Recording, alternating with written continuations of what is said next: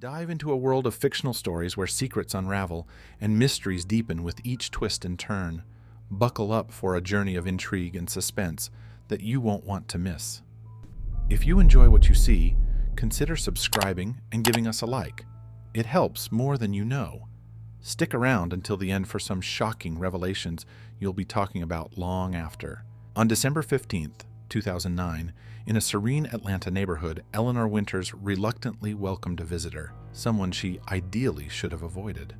What started as a simple chat with the neighbor's son swiftly entangled into a complex web of secrets that blindsided everyone in the close-knit community. By the time the shocking truths were unveiled, a tragedy had occurred, transforming the life of one suburban housewife into a whispered cautionary tale throughout the area.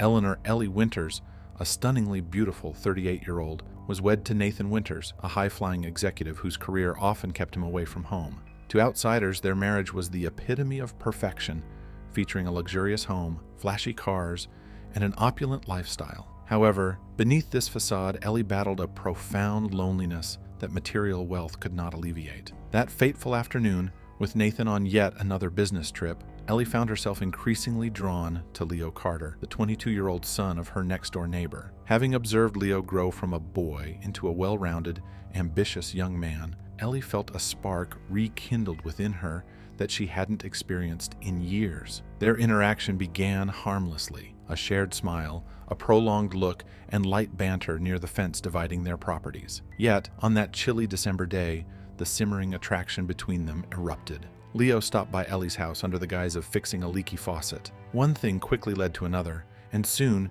they were entwined in an embrace, crossing boundaries they knew were off-limits. Their clandestine affair kicked off, driven by the thrill of the forbidden. With Nathan away, Ellie invited Leo over, turning her home into a haven for their secret rendezvous.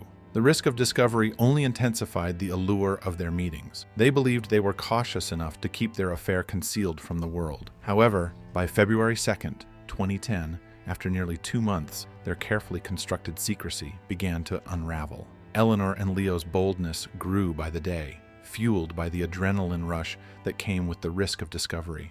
Their fear of getting caught only intensified their thrill, leading them to meet at increasingly risky times, even broad daylight, depending on Nathan's frequent business trips for cover. On that particular morning, Nathan was scheduled to be in Chicago for a meeting. Believing she had the house to herself, Eleanor invited Leo over, as had become their routine. They spent hours together, completely absorbed in the fervor of their affair. Unknown to them, Nathan had concluded his meeting earlier than anticipated and chose to surprise Eleanor by returning home early.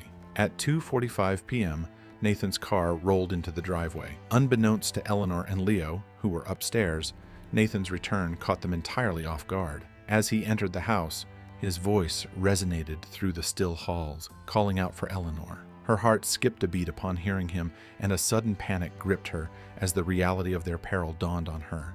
In a frantic haste, she shoved Leo out of the bed, urging him to find a hiding spot. Half-dressed and visibly rattled, Leo managed to dart into the adjoining bathroom just in time. Meanwhile, Nathan, unaware of the tense atmosphere, continued upstairs, calling out for Eleanor. Composing herself quickly, Eleanor greeted Nathan in the hallway with a fabricated calm, claiming she had been napping, hoping he wouldn't notice the chaos left in the bedroom.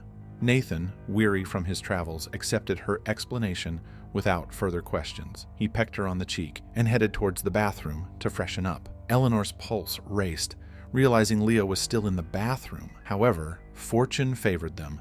Nathan opted to use the guest bathroom downstairs instead. Once he was out of sight, Eleanor signaled Leo to escape through the back door. He slipped out just in time, narrowly evading detection. The scare left them both deeply shaken, and Eleanor knew they had to tread more cautiously from then on. The excitement persisted, yet it was now laced with a palpable sense of fear. Despite the evident risks, neither Eleanor nor Leo could muster the courage to sever their ties. They were ensnared by the exhilarating rush and the emotions they stirred in each other. Consequently, their meetings persisted, more clandestine and their decisions increasingly perilous. By February 20th, 2010, their fortune began to dwindle.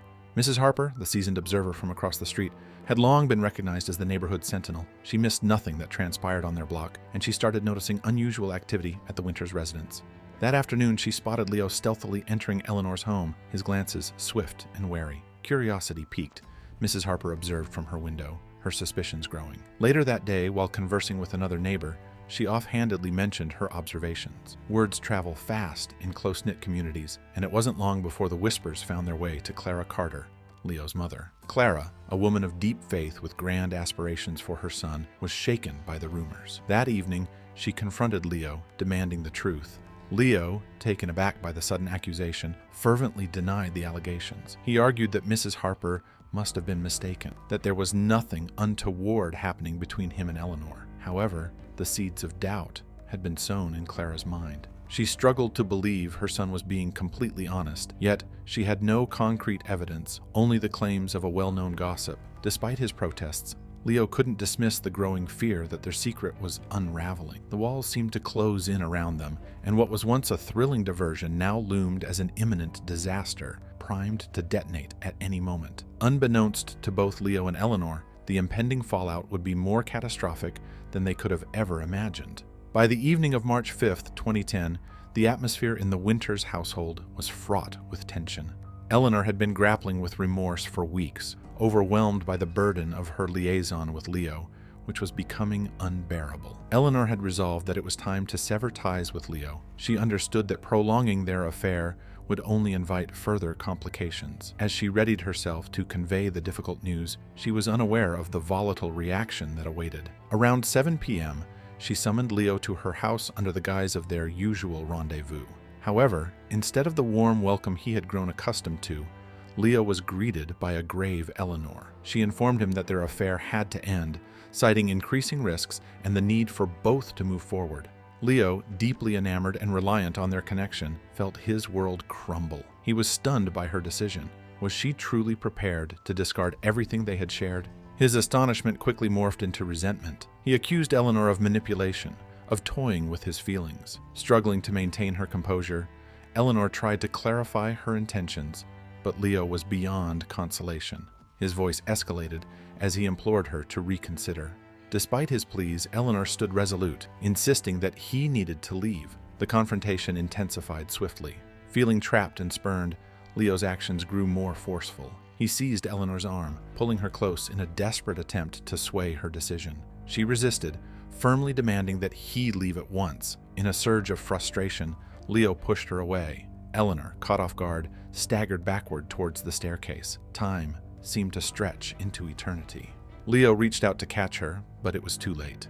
Eleanor lost her balance and fell, tumbling down the stairs in a horrific cascade, landing in a twisted heap below. Silence engulfed the house. Leo stood paralyzed at the top of the stairs, heart thundering. As he gazed down at Eleanor's still form, dread overwhelmed him. He hurried down the stairs, calling her name in vain. There was no reply. Eleanor lay motionless, her neck contorted unnaturally, her eyes vacant and unseeing. The fall was fatal. There was nothing Leo could do to reverse the tragedy he had caused. In a state of terror, he fled the scene, leaving Eleanor's lifeless body sprawled at the base of the stairs. He dashed back to his home, his mind a whirlwind of fear and remorse. He knew he had to escape, but was clueless about his next steps. All he knew was that he had caused the death of the woman he professed to love, and now his life was in shambles. The following morning, on March 6, 2010, Nathan Winters returned home from his business trip, expecting to be greeted by Eleanor's familiar presence. Instead, a foreboding silence enveloped the house. He called out her name, but received no response. With each step through the house, a sinking dread grew within him. Nothing felt right. It wasn't until he reached the foot of the stairs that he saw it. Eleanor's body lay motionless, her limbs arranged in a distressingly unnatural manner. Panic gripped him as he raced to her side, searching desperately for any sign of life, but her skin was chillingly cold to the touch. Overwhelmed, Nathan dialed 911, his voice shaky as he tried to articulate the grim discovery. Within minutes, police and paramedics swarmed into the home, confirming the grim reality: Eleanor was deceased. As the scene teemed with urgent activity, one figure remained composed: Detective Miller, a seasoned investigator. As he scrutinized the scene, certain details began to trouble him. The positioning of Eleanor's body, the trajectory of her fall, and the nature of her injuries seemed too orchestrated, too severe to be an accidental tumble. On March 8, 2010, the inquiry into Eleanor's death intensified. Nathan, was among the first to be interrogated, visibly shattered by the ordeal. He reminisced about his last interactions with Eleanor, recalling her as joyful and vibrant. He was at a loss to explain how such a tragedy could have occurred. When pressed about their relationship, Nathan steadfastly maintained that their marriage, despite appearances, was devoid of significant strife. Nathan was a man profoundly devoted to his wife, and the notion that she could have been harmed was unbearable. As the police conducted their inquiries throughout the neighborhood, they spoke to many locals, including Mrs. Harper, who never hesitated to disclose any observations she had made. Mrs. Harper relayed her accounts of Leo's frequent visits to the Winters home, typically when Nathan was traveling. She was convinced that an illicit relationship existed between Eleanor and Leo, a suspicion that greatly intrigued Detective Miller. By the next day, March 12, 2010, Leo found himself under the glaring lights of an interrogation room. Visibly anxious and restless, he attempted to appear calm, but the strain was evident. He vehemently denied any role in Eleanor's demise, claiming he hadn't been near her in days. However, his narrative was inconsistent, and his alibi unconvincing. Detective Miller scrutinized Leo's every response. His hesitant manner and evasive answers all suggested a man desperate to conceal the truth. The detective's doubts about Leo's denials only deepened, fueling his determination to uncover the hidden layers of the case. Amidst the ongoing investigation, Clara Carter was increasingly troubled. She knew her son's character intimately and sensed a profound burden weighing on him. Despite her efforts to coax the truth from him, Leo remained steadfastly reserved, his fear palpable as he sensed the investigative noose tightening. A significant breakthrough occurred on March 20th, 2010. Forensic analysis of the crime scene yielded crucial insights. Leo's fingerprints were discovered on the stair railing, placing him at the scene. However, the most incriminating evidence emerged from the text messages extracted from Eleanor's phone, which painted a stark picture of the events leading to that fateful night. The messages found on Eleanor's phone exposed the depth of her entanglement with Leo and the heated dispute they had on the night she died. Armed with this damning evidence, the authorities had sufficient grounds to act. Leo was apprehended at his residence that afternoon, the severity of his situation dawning on him as the handcuffs clicked around his wrists. He faced charges of second-degree murder, accused of unintentionally causing Eleanor's death during a moment of heated conflict. As Leo was escorted into custody, the grim reality of his actions began to crystallize. The affair, once a thrilling secret, had now shattered lives.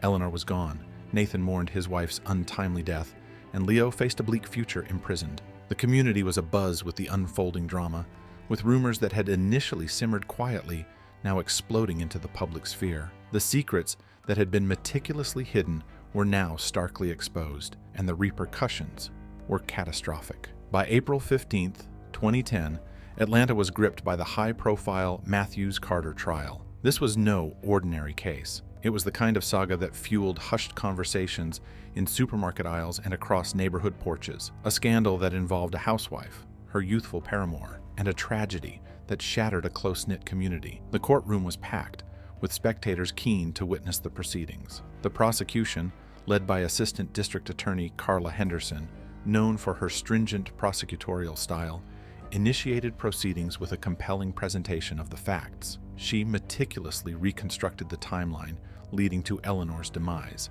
anchored by forensic evidence. Leo's fingerprints on the stair railing, the incriminating text messages, and bruises on Eleanor's arms that suggested a physical altercation. Henderson depicted Leo as a man unable to accept rejection, whose fury had overwhelmed his judgment, culminating in the tragic death of a woman he professed to love. On April 16, 2010, community members testified in succession, each sharing observations and exchanges they had witnessed in the months prior to Eleanor's death. Mrs. Harper was the first to testify, her voice unwavering as she recounted her observations of Leo entering the Winters home late at night, especially during Nathan's absences. She spoke of the whispers that circulated within the community, rumors everyone had heard but hoped were untrue. Her testimony lent significant weight to the prosecution's case, highlighting the affair as a poorly kept secret. On April 18, 2010, Nathan Winters approached the stand, his demeanor marked by profound sorrow. Despite his grief, he maintained composure as he detailed his marriage to Eleanor, reminiscing about their initially blissful union that gradually deteriorated over time. He acknowledged their growing distance, his increasing work commitments, and their fading communication. Nevertheless, Nathan insisted he had been oblivious to Eleanor's infidelity until the investigation unfolded. He expressed his enduring love for his wife, the shock of discovering her lifeless form, and the deep anguish of losing her so tragically. The defense, led by attorney Jonathan Reed, contended that while the affair was regrettable, it did not constitute a criminal act. On April 20th, 2010, Clara Carter, Leo's mother, took the stand, her demeanor a blend of dignity and distress. Tears welled in her eyes as she portrayed Leo as a decent young man who had never before encountered legal trouble. She reflected on the challenges of raising him without a father and her efforts to instill the right values in him. Clara implored the jury to view her son not as a criminal, but as a young man who had erred grievously in a moment of turmoil and rage. By April 23, 2010, the defense argued that Eleanor's death was a tragic accident, not murder. Reed asserted that Leo had no intention to cause harm, that the fatal fall was the unfortunate outcome of an argument that escalated beyond control. He emphasized that Leo had attempted to prevent her fall, was shattered by the aftermath, and had not planned any part of the tragic sequence. However, the prosecution remained unconvinced, arguing that the incident was a crime of passion, fueled by jealousy and desperation. After weeks of testimonies and painstaking deliberations, the jury reached a verdict on May 10, 2010. The courtroom atmosphere was charged with tension as everyone awaited the outcome. Ultimately, Leo Carter was found guilty of involuntary manslaughter, a lesser charge than the second-degree murder initially leveled against him, yet one that still imposed a substantial sentence. Leo was sentenced to 15 years in prison, with eligibility for parole after 10 years. As the judge pronounced the sentence, Clara broke down, her sobs resonating throughout the courtroom. Shackled, Leo lowered his head, overwhelmed by the gravity of his actions and the harsh reality of his lost freedom. The trial's conclusion brought devastation to all involved. On June 5, 2010, Nathan Winters made the heart-wrenching decision to sell the home where he and Eleanor had built their life together. The house was saturated with memories of laughter, disputes, and the catastrophic event that dismantled his existence. Unable to endure the place where his personal ordeal was common knowledge, marked by whispers and sympathetic stares, Nathan relocated, seeking solace and a fresh start in a new town, anonymous and unburdened by his past. For Clara, the consequences were doubly harsh. She mourned not only her son's incarceration, but also the loss of her standing and privacy. Once a pillar in the community, she withdrew, her interactions dwindling as she grappled with the heavy burden of her son's actions. Neighbors, once friendly, now averted their gazes, uncertain of how to engage with her. The once vibrant community was now splintered, the scandal lingering as a constant, painful reminder of how swiftly life could unravel. Ultimately, the secret affair that had ignited with such passion had spiraled into a lethal obsession. Yet, this tragic tale pales in comparison to another case, where a clandestine romance between a housewife and the neighbor's daughter led to even more horrific consequences. The saga of familial and neighborhood dramas persists. Stay tuned and subscribe for more insights and stories.